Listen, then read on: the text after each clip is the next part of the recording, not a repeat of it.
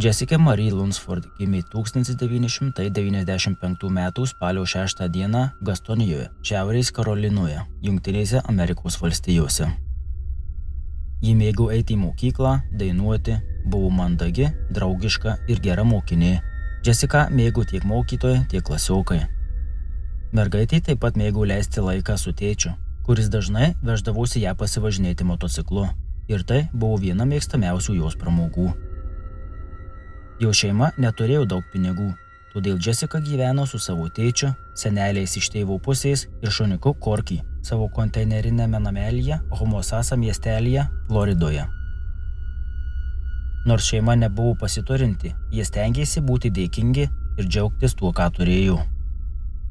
Jessica buvo labai prisirišusi prie savo tėčio, o viena iš jos brangiausių dovanų buvo pliušinis delfinas, kurį jai buvo padovanojęs tėtis. Ji visur nešiodavosi savo delfiną ir net negalėdavo be jo užmigti. Jessicos mama Angie ir tėvas Markas buvo išsiskyrę, kai Jessicai buvo vos 1 metukai. Mergaitė su savo mama praktiškai nepalaikė jokio kontakto, nes jos mama buvo ištekėjusi 2 kartą ir turėjo dar vieną vaiką su naujuoju vyru. Todėl Jessicai, jos tėtis ir seneliai buvo visas jos pasaulis. Ir ši meilė buvo abipusė. Jessica buvo jų džiaugsmas ir gyvenimo prasmė. Mergaitė su tėčiu kiekvieną sekmadienį eidavo į bažnyčią. Ji niekada nesiskųsdavo, kad reikia anksti keltis ir netgi susiruošdavo eiti į bažnyčią anksčiau už savo tėtį. Nors jai tebuvo 9 metukai, Jessica svajojo tapti dainininke arba mados dizainerė. Ji buvo kūrybinga ir ambicinga. Ir visas gyvenimas ir pasaulis jai buvo prieš akis. 2005 m. vasario 24 d. Jessicos tėvas Markas anksti ryte pradėjo ruoštis į darbą. Jam besiruošiant, jis išgirdo, kaip pradėjo skambėti dukros žadintuvas.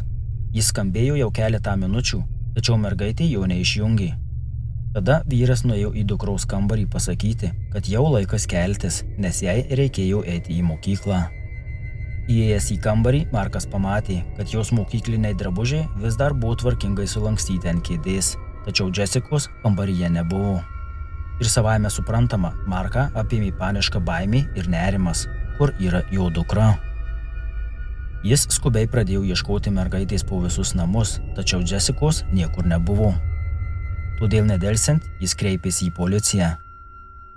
Netrukus pareigūnai pradėjo paiešką, kuriems talkino tiek kaimynai, tiek savanoriai, tačiau jokių Jessicos pėdsakų niekam rasti nepavyko. Atrodė, kad iš jos kambario niekas nedingo, viskas buvo savo vietose, išskyrus jos ružavus naktinukus ir baltus šortukus, su kuriais mergaitė miegodavo, bei jos mylimiausias pliušinis delfinas. Paskutinį kartą Jessica buvo matyta maždaug 22 val. Vakaro, kai jos seneliai paguldė ją į lovą. Ta vakarą, prieš Jessicai dingstant, jos tėvas Markas buvo pas savo draugę ir grįžo namo tik apie 6 val. Ryto, kad pasiruoštų į darbą. Būtent tada jis ir pastebėjo, kad Jessica dingo. Policijai atvykus, jie iš karto pastebėjo, kad priekinės durys buvo neužrakintos. Jessicos šeima turėjo įprotį palikti savo namelio duris neužrakintas. Jų gyvenamojoje vietoje visi vieni kitus pažinojo ir gerai sutiko. Todėl nerakinti namų durų jiems buvo normalu. Kol policija vykdė Jessicos paiešką, visos šalies mastu buvo paskelbta apie dingusią mergaitę. Į pagalbą buvo iškviesti ir pėdsekiai šunys, tikintis, kad gal jie užuos pėdsakus. Vienas iš kaimynų taip pat atsivedė savo pėdsekį šunį, kad prisidėtų prie paieškos. Ši veislė pasižymė ypatingai gerą uoslę ir buvo išveista medžioklei, o vėliau naudojama ir žmonių paieškai. Paieškoje dalyvavo pareigūnai ant žirgų, savanoriai, o virš galvų visą dieną skraidė policijos sraigtasparnis. Taip pat buvo suburta narų komanda, kuri išnaršė visus netoliese esančius vandens tvelkinius. Iš pradžių paieška buvo sutelkta į tankiai paugusį mišką, supantį šeimos namus. Tačiau, nepaisant didelių pastangų, paieška neatskleidė jokių užuomenų, kur galėjo būti Jessica. Citruso apygardos šerifas išreiškė didelį susirūpinimą, kad tai buvo daugiau nei tik iš namų pabėgusių vaikų atvejis. Tai galėjo būti vaikų pagrobimas. Bet niekas ir taip netikėjo, kad Jessica iš namų išėjo savo noru. Tai nebuvo jai būdinga, ji niekada taip nesielgdavo ir iš namų nebėgdavo. Mergaitė taip pat bijojo tamsos ir visada miegodavo su įjungta lempute. Policija taip pat paskelbė, kad nei jos tėvai, nei seneliai nėra įtraukti į įtariamųjų sąrašą. Markas kreipėsi į visuomenę maldaudamas dėl saugaus dukters sugrąžinimo. Jis sakė, jeigu kas nors ką nors žino, yra daug numerių, kuriais galite paskambinti. Prašau, padėkite man surasti savo dukrą ir susigrąžinti ją namo. Deja, paieška tęsėsi daugiau nei mėnesį. Kovo pradžioje Floridos teisėsaugos departamentas paskelbė, kad Citrusų apygardoje yra registruoti 208 seksualiniai nusikaltėliai ir pedofilai, o daugiau nei 50 jų gyveno netoliese ten, kur dingo Jessica. Kaip įprasta vaikų dingimo bylose, visus seksualinius nusikaltėlius regione tyrėjai patikrino. Kovo 15 dieną policija pranešė, kad šios paieškos metu buvo nustatytas įtarimą sukėlęs asmuo ir jis pažinojo Jessica. Pareigūnai teigė, kad šis asmuo jau apie 2 savaitės buvo išvykęs iš Citrusų apygardos ir jeigu per 48 valandas negrįž apklausai, jo vardas bus paviešintas. Kai šis asmuo neatsiliepė į policijos kvietimą, pareigūnai paviešino jo vardą. Tai buvo 46 metų vyras John Evander Cooey. Jis gyveno maždaug 3 km nuo Jessicos namų ir dažnai lankydavosi pas savo seserį Dorothy Dixon, kurios namai buvo vos 50 metrų atstumu nuo Jessicos namų. Kovo 17 dieną jis buvo sulaikytas. Cooey buvo užkietėjęs nusikaltėlis. Per 30 metų laikotarpį jo nusikaltimų sąraše buvo 24 įsilaužimai, neteisėtas ginklo laikymas, buvimas apsvaigus viešoje vietoje, vairavimas apsvaigus, nepadorus elgesys viešoje vietoje, ramybės drumstimas viešoje vietoje, sukčiavimas, įsiskolinimas, vagystės ir apsinuoginimas prieš mažametį vaiką. Jis taip pat buvo sėdėjęs kalėjime ir jo vairuotojo pažymėjimas buvo suspenduotas 99 metams. Tačiau jam vis labiau grimstant į priklausomybę kvaišalams, taip pat pasunkėjo ir jo nusikaltimai. Jis išprievartavo 2 mažus vaikus. Po policijos apklausos metu Lunsfordų šeimos baisiausios baimės virto realybę. Jis prisipažino, kad tai jis pagrobė mergaitę.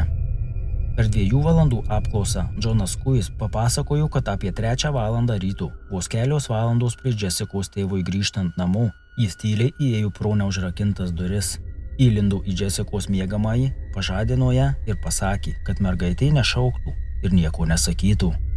Po to jis išsivedė ją iš namų ir nusivedė į sesers konteinerinį namelį. Ten kopėčiomis įsikėlė ją į savo kambarį, kur jis laikė ir prievartavo Jessica visą savaitgalį. Tragiška ironija yra tai, kad pareigūnai buvo atėję į Cooey sesers namą per pradinę paiešką, kol Jessica vis dar buvo gyva. Cooey vėliau pasakojo, jie atėjo į mano namus, bet kažkodėl neįėjo vidun ir neapieškojo. Nors norėčiau, kad jie būtų įėję į vidų, nes pareigūnai ją būtų radę gyvą, bet jie to nepadarė. Be seksualinės prievartos, Cooey kankino mergaitę ir psichologiškai, laikydamas ją spintoje, bei leisdamas jai kartais pažiūrėti per langą, kai policija jos ieškojo. Cooey teigė, kad Jessica niekada nebandė pabėgti, ji tyliai sėdėjo spintoje, žaidė su jo katinu ir tyliai pati savo dainavo. Vėliau jis bandė tuo pateisinti savo veiksmus, sakydamas, kad Jessica nesipriešino. Galiausiai Jessica buvo rasta užkasta pusės metro gylio duobėje, jis stipriai laikė suspaudusi savo pliušinį delfiną. Mergaitė buvo įkišta į 2 šiukšlių maišus ir užkasta gyva. Ji sugebėjo praplėšti 2 mažas skylutes maišuose, tačiau jos bandymas išsivaduoti buvo nesėkmingas. Teismo metu prokurorai besistengdami nuteisti Cooey mirties bausme, kaip įrodymus, pateikė 2 juodus plastikinius šiukšlių maišus, kuriuose mirė Jessica. Ji užduso tamsoje, viena su savo delfinu. Per teismą sakė valstijos prokurorų padėjėjas. Iki Cooey prisipažinimų jo sesuo Dorothy Dixon jau buvo suteikusi leidimą pareigūnams daryti kratą savo namuose, kuriuose jie gyveno su Cooey, savo draugu, dukra ir dukros vyru. Kratos metu tyrėjai rado įrodymų, kad Kujo kambaryje Jessica iš tiesų buvo. Šie įrodymai buvo itin svarbus, ypač po to, kai teisėjas atmetė Kujo prisipažinimą, sakydamas, kad policija pažeidė jo teisės suėmimo metu. Galiausiai įrodymai prieš Kujį buvo neabejotini. Be prisipažinimo tyrėjai jo lovoje rado Jessicos kraujo dėmę. Taip pat su kraujo dėme buvo rasta Kujo DNR spermos pavidalu. Taip pat spintoje, kurioje buvo laikoma Jessica, buvo rasta picos dėžutė su mergaitės pirštų antspaudais. Jos pirštų antspaudai taip pat buvo rasti ir ant stiklinio stalo Kujo kambaryje. Teisme taip pat buvo parodytas magnetofono kolonėlės laidas, kuris buvo panaudotas Jessicos riešams surišti. Kujo intelekto koeficientas vos viršino lygį, kuris paprastai laikomas psichiškai neįgaliu.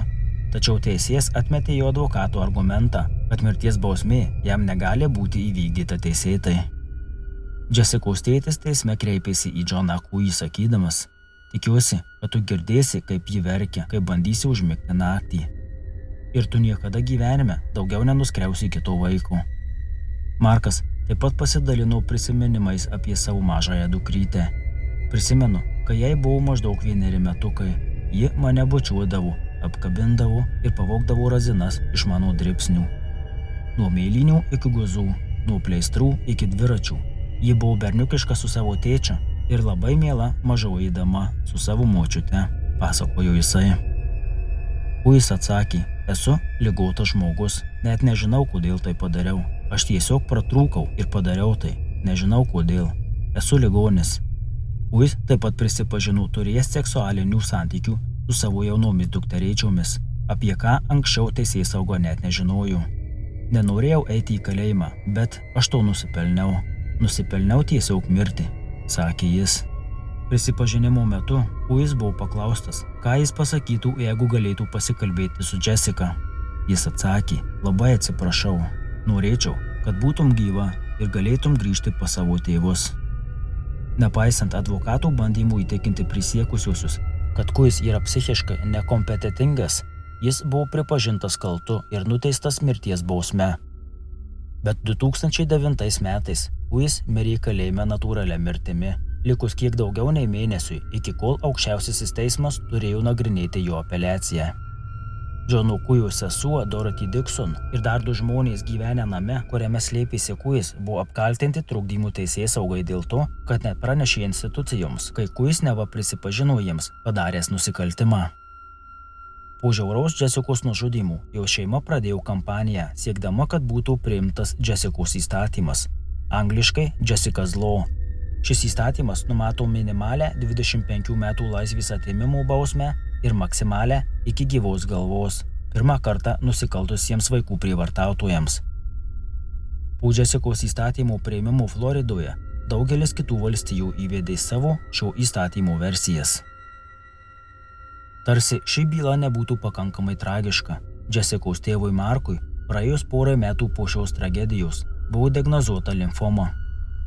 Chemoterapija skirta jo limfomai gydyti atėmė vyrų ilgus plaukus ir barzdą, tačiau nenuslopino jo užsidegimo. Marką įkvėpė jo meilė dukrai, kuri visada sakydavo, kad jų niekas neišskirs. Jis nuolat dirbo vaikų labui ir tapo nacionaliniu atstovu siekiančiu griežtesnių ir protingesnių įstatymų prieš vaikų skriaudikus.